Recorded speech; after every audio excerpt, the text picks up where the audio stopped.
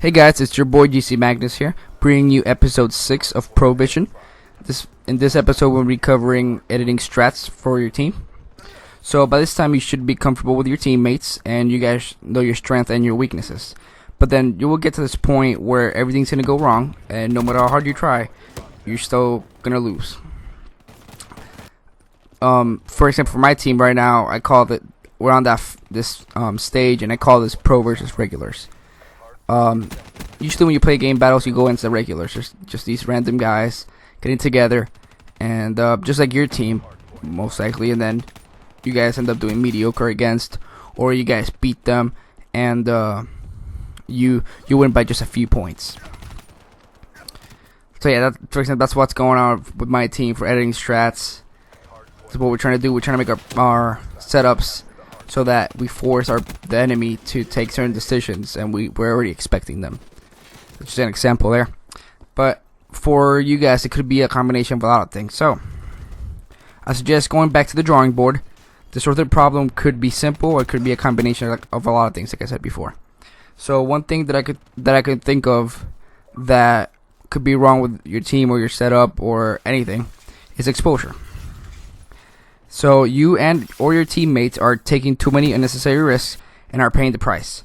So an example would be pushing up too much on defense. You're on defense, you don't need to go that far, and you just need to protect the bombs, and that's it. I mean, or it could be your strategy to go up against the enemy like that, to rush them, which I don't suggest. That's playing a little too risky there. And so if you lose that kind of round because of that kind of strat, that's on you. I'm just saying, if your plan is to stay on defense, and then you push up a little too much unknowingly or knowingly, that could cost you guys some rounds. Also, not playing time in S&D. There could be certain scenarios where all you have to do is just sit there or just or run away, and you win that round. But no, that teammate of yours or even you yourself, you just push up and try to get the kill, and then you fail, and that costs your team the whole round. See, that kind of scenario there. Alright, so number 2, there's a hole in your plan and your strategy. Somewhere, somehow, there's an enemy getting through your defenses and messing everything up. So my tip here is the best way to stop these in your setups is to listen to what your teammates are saying. So what I mean by this is, like one of you guys in the beginning of the round, he gets first blooded, and he's like, some guy wanted to run the wall run, and he got behind me and killed me. Like he starts raging about it. That's how you catch these kind of things when somebody gets through. Or somebody's not looking in the right direction, and somebody slips by. That's how you get, depending on who died and what they say. That's so you can find out if there are these holes where they just pass through and get behind you guys, or just that kind of scenario. Alright, number 3. The last here that I could think of is that you need better strats, which is somewhat obvious. So this could mean a lot of things, like there's a weakness of an individual player that is costing a round.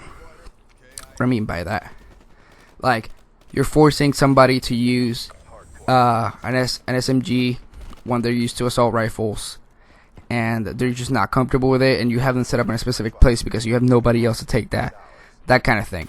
Or they have an SMG, and then you're like, cover our back, and then it's a really long range fight. Like if somebody comes behind anyway, you get me? Like you're just putting them in certain scenarios where they're just destined to go wrong, like no matter how hard you try.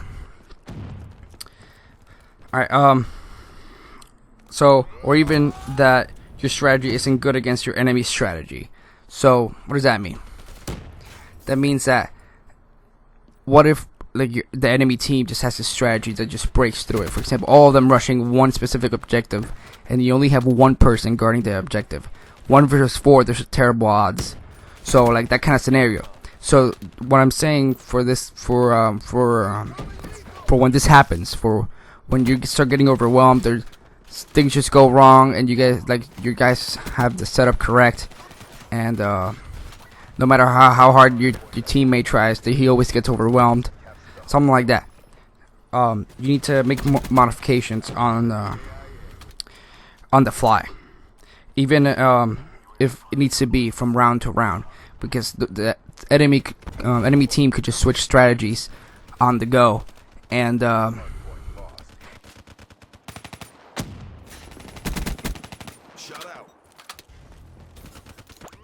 yeah, you just need to switch it every round if it needs to be. You need to adjust to the enemy team. If they're making modifications on the fly, you should be able to counter that back. Alright, I do apologize also for this video being a little late. I know I promised it to be on Thursday, but everything just came up. I had to find somebody to be a fourth, and I did. I found this guy. He's really freaking good. His name's Sextry, and so far so good with him. He keeps up with me, so shout out to him. He does really good. I will be having some major announcement coming soon about the channel in general, so keep up with us here. Might post it on Twitter. I don't know if you guys follow us on Twitter. Our Twitter is @GhostXCompany. So yeah, don't forget to follow, and also don't forget to like and subscribe to the video if you guys learned anything today from this or any of the other episodes. Would love to see some more support from you guys. I mean, I'm really trying my ass off here. So yeah. Oh, and you guys might want to close your eyes for this right here. Just saying.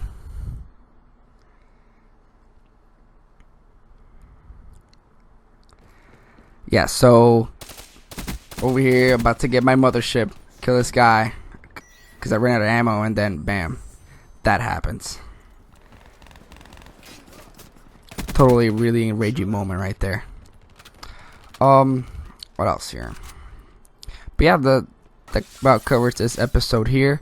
I will be trying to post more content for you guys as it comes, and yeah, see you guys in the next one. Magnus out.